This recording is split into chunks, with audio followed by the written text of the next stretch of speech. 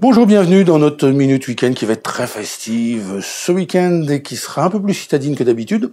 On part d'abord à Grenoble où se déroule, alors c'est du 1er juin au 1er juillet, la 4e édition du festival Street Art Fest. C'est un grand événement vraiment, alors pour tous les amateurs de cet art, mais si vous êtes novice, c'est une bonne occasion d'aller découvrir toutes les esthétiques, toutes les techniques de cet art très populaire. Alors Grenoble, on est au cœur d'une région dotée de très nombreux villages vacances et hôtels Club Cap France. Vous pouvez aller voir ça sur le site internet. Il y a les catalogues aussi, mais le site internet vous explique ça et vous montre ça de façon très très claire.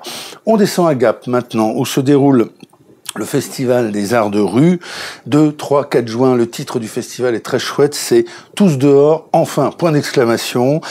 Alors là, c'est un festival d'art de rue, donc c'est un peu différent du street art. Street art, c'est quelque chose qui est exclusivement visuel, qui a même été aussi associé à tout ce qui était interdit à une époque.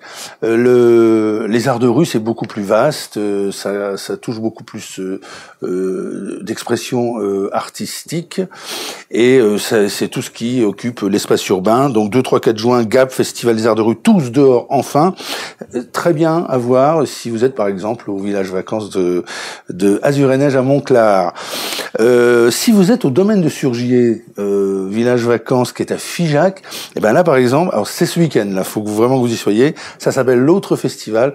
Vous avez une quarantaine de représentations. C'est aussi du festival d'art de rue et ça se passe très précisément à Cap-de-Nac. Alors là, on est vraiment pile poil entre le Lot et l'Aveyron. Et si vous êtes dans la région, alors là, il n'y a pas de limitation dans le temps.